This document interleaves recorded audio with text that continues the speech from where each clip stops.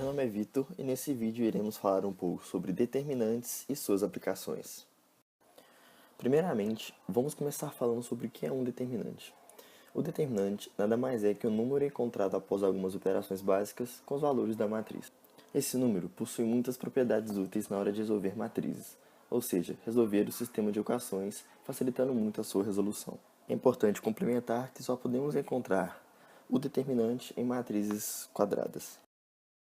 Para calcular o determinante de uma matriz de ordem 1, podemos simplesmente dizer que o valor do determinante é igual ao seu elemento. Como, por exemplo, se A é igual a 10, seu determinante também será 10. E se B é igual a menos 25, seu determinante será menos 25. Na matriz de ordem 2, o determinante possui uma diagonal principal e uma secundária. O cálculo do seu valor numérico é feito pela diferença do produto da diagonal principal com o produto da diagonal secundária. Assim teremos 3 menos 10, que é igual a 3 mais 10, que resulta em 7. Para calcular o determinante de uma matriz de ordem 3, primeiro representamos essa matriz em forma de determinante e repetimos as duas primeiras colunas. Depois, calculamos os produtos das diagonais principais e os produtos das diagonais secundárias. Deve-se pegar o oposto dos produtos das diagonais secundárias e somar com os produtos das diagonais principais. Essa regra utilizada no cálculo do determinante de matriz de ordem 3 é chamada de regra de Sarrus. Agora que sabemos qual é a definição de um determinante, vamos ver a sua aplicação na matéria de geometria analítica.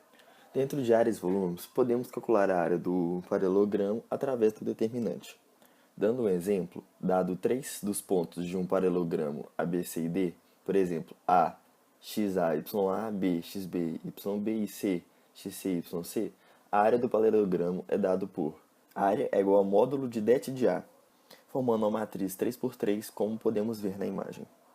Podemos também, ao invés de utilizar as coordenadas dos pontos do paralelogramo, o qual a área do triângulo também está relacionado, podemos usar as coordenadas dos vetores que definem as duas dimensões do paralelogramo, os vetores que chamaremos de v vetorial, xv, yv e o vetorial, xu, yu. Dessa maneira, temos que área é igual a módulo de det de x, como podemos ver na imagem, formando uma matriz 2×2. Podemos também calcular o volume do paralelepípedo. Considere três vetores, u, x1, y1, z1, v, x2, y2, z2 e w, x3, y3, z3, não nulos R3.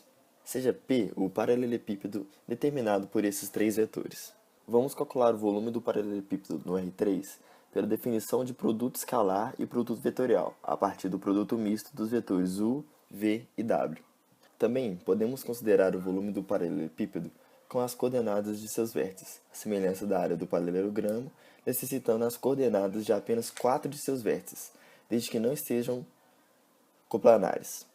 Os pontos têm 3 coordenadas, pois estão no mesmo espaço tridimensional, então se não forem coplanares, A, XA, YA e ZA, B, XB, YB e ZB, C, XC, YC e ZC e D, XD, YD e ZD, o volume do paralelepípedo é dado por volume é igual a módulo de det de B, criando uma matriz 4×4.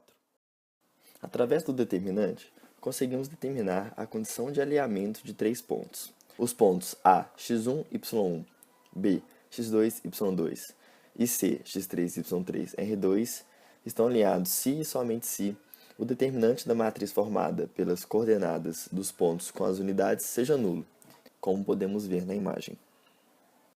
Como vimos no item anterior, 3 pontos estão alinhados, ou seja, pertencem à mesma reta, se e somente se o determinante das coordenadas destes pontos com as unidades for igual a zero.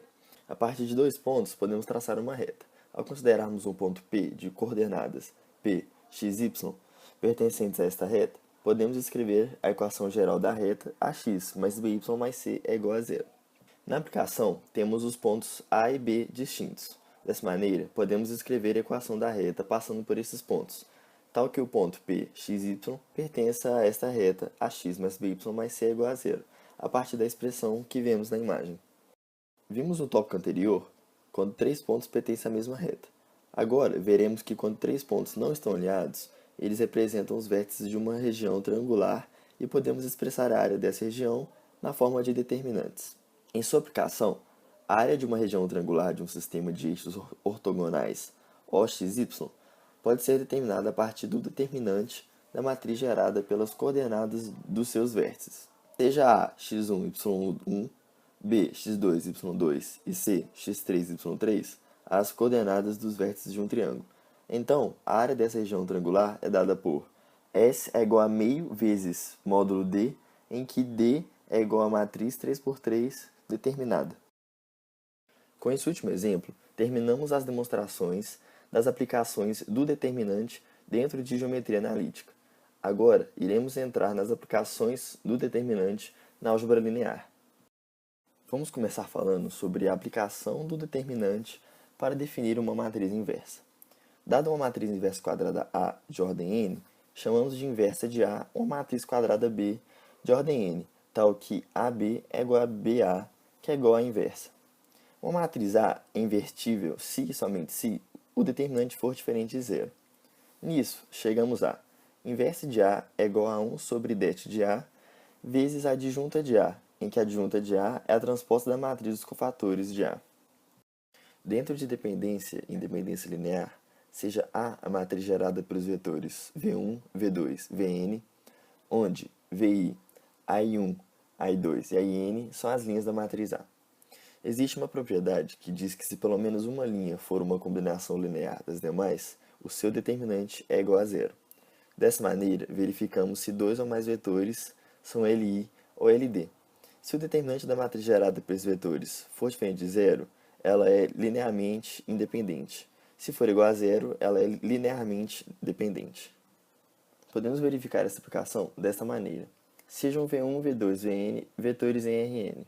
Dizemos que V1, V2, Vn são linearmente independentes se a equação A1V1 mais A2V2 mais ANVN é igual a zero, admite solução trivial.